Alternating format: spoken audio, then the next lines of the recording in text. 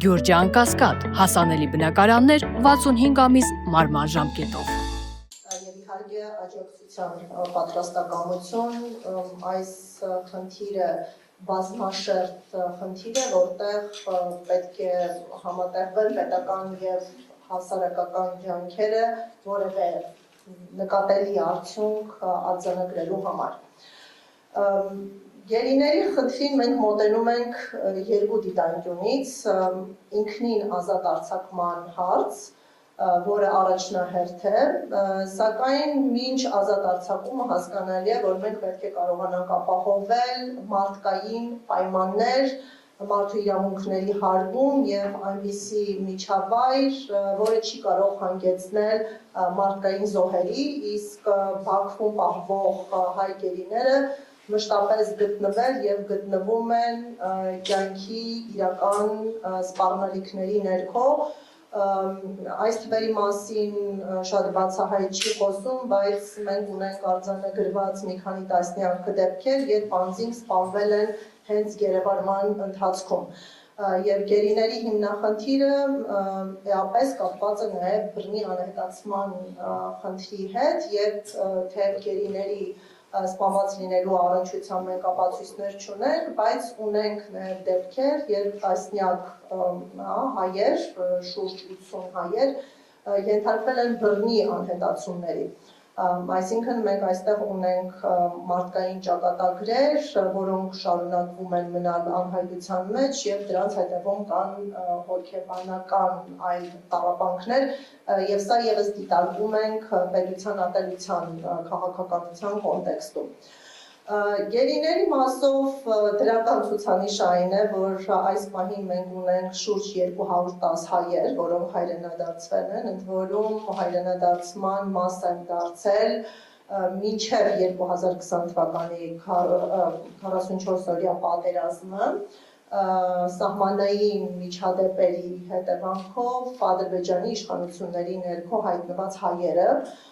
որում այս միջադեպերով եւս մենք ունենք արձանագրված սպանությունների դեպքեր։ Եվ 23 հայեր շարունակաբար պահվում են Բաքվում, ինչպես հայտնի է 23-ից 5-ը գերեվարվել են 2020 թվականի ընթացքում, իսկ մնացյալ միջադեպերը արձանագրվել են 23 թվականին։ Եվ 23-ից 7-ը արդեն իսկ ավարտված դատավարությունների մաս են կազմել, նրանց առնչությամբ կան մեղադրական դատավճիռներ, որոնք վերջնական են, օրինական ուժ են ստացել եւ ըստ ադրբեջանական մոտեցման պատիժը կրող հայեր են, որոնք ծանր հանցագործություններ են կատարել եւ ինչպես գիտեք այս դատապարտումների հիմքում դրվել են այնպիսի կեղծ մեղադրանքներ, ինչպիսինք ցեղասպանությունն է կամ առաջին պատերազմի ընթացքում պատերազմական հանցագործություններ կատարել, օրինակ ադրբեջանական գերիներին խոշտանգելը կամ քաղաքացիական անձանց թիրախավորելը, որոնք գործողություններ են եւ դիտարկվում են հենց պատերազմական հանցագործությունների համատեքստում։ Մնացյալ 16-ի դատավարությունների մենք ականատես ենք լինում հենց 2025 թվականի սկզբներից ի վեր, այստեղ երկու ինքնուրույն գործեր են առանձնացված, թեև սկզբնական շրջանում Ռուբեն Վարդանյանի գործը միացված է եղել 16-ի գործին, միջդատական վարույթի կոնկրետ փուլում այն առանձնացվել է, իհարկե առանձնացման պատճառների մասին մենք կարող ենք տարաբնույթ հետևություններ անել, բայց ավելի շատ կանխատեսումների ենթադրությունների դաշտում են, ինչևից է ադրբեջանական իշխանությունների կողմից նպատակահարմար է գնահատվել Ռուբեն Վարդանյանի գործի առանձնացումը, իսկ մնացյալ 15 հայերը ըստ էության մեկ քրեական գործի մաս են կազմում, այստեղ խմբակային հանցագործություն է վերագրվում տարբեր դերակատարումներով եւ ինչպես գիտեք մեղադրանքները լուրջ են, դրանք անխուսափելիորեն ներառում են ահաբեկչությունը, ապօրինի զինված խմբավորումներ կազմավորելը, դրանց անդամակցելը, ապօրինի զենք զինամթերք ձեռք բերելը, տեղափոխելը, պահելը, Եվ իհարկե կան շատ ավելի մեղմ հանցագործություններ, որոնք ըստ էության նաև քաղաքական ենթատեքստ ունեն, օրինակ ապօրինի սահման հատելը, եւ հասկանալի է, որ այս մեղադրանքների հաստատման ճանապարհով Ադրբեջանը միջազգային արտաքին քաղաքական հարցեր եւս ցանկանում է լուծել։ Հիմա հայերի պայմանների մասով, նույնիսկ եթե մենք կոնկրետ դեպքերում, չգիտենք կամ չենք բարձրաձայնում անձի նկատմամբ վերաբերմունքը, ընդհանուր համատեքստը խիստ կարևոր է եւ այստեղ մի քանի արձանագրումներ պետք է անենք, որ այս ողջ ժամանակահատվածում որևէ արտաքին անկախ խոշտանգումների կանխարգելման մեխանիզմ հնարավորություն չի ունեցել մուտք գործել, տեսակցել հայերին եւ օբյեկտիվ դիտանկյունից արձանագրել պահման պայմանները, ֆիզիկական կամ հոգեբանական վիճակը։ Միակ կառույցը, որի գործունեությունը այս պահին արդեն հայտնվել է սպառնալիքների ներքո, դա Կարմիր խաչի միջազգային կոմիտեն է, որը պարբերական այցելություններ է կազմակերպում, պարբերականության մասով նշեմ, որ 6 շաբաթը մեկ անգամ, իհարկե այս ժամկետը կարող է ենթարկվել նաև ուշացումների, օրինակ նախատոնական օրերին, միջոցառումների կազմակերպման ընթացքում եւ այլն, Ադրբեջանը միշտ օգտագործում է այդ գործոնները եւ հետաձգում է պլանավորված հերթական այցելությունները։ Կարմիր խաչի ներկայացուցիչները մուտք գործում են, որոշակի առումով դիտարկում են պայմանները, սակայն արձանագրված խնդիրները հրապարակայնացման ենթակա չեն եւ դրանց հատվածական տեղեկատվությունն է, որ կարող է հասանելի լինել ընտանիքի անդամներին։ Արձանագրված խնդիրները կոնֆիդենցիալ հիմունքներով հաղորդակցվում են Ադրբեջանի իշխանություններին այն ակնկալիքով, որ այդ խնդիրները լուծում կստանան։ Այս առումով մեզ համար նկատելի տեղաշարժեր չկան, հանրային դաշտում նաև տենց մի փոքր սկանդալային քննարկումներ նաև եղել, հաշվի առնելով, որ իրավապաշտպաններից մեկը խոսել էր այն մասին, որ Բաքվում պահվող հայերի պայմանները բարելավվել են։ Այստեղ մենք կարող ենք խիստ պայմանական բարելավումների մասին խոսել, որը սանիտարահիգիենիկ պայմաններին է վերաբերում, ինչ առնչվում է ֆիզիկական հոգեբանական վիճակին, բռնությանը կամ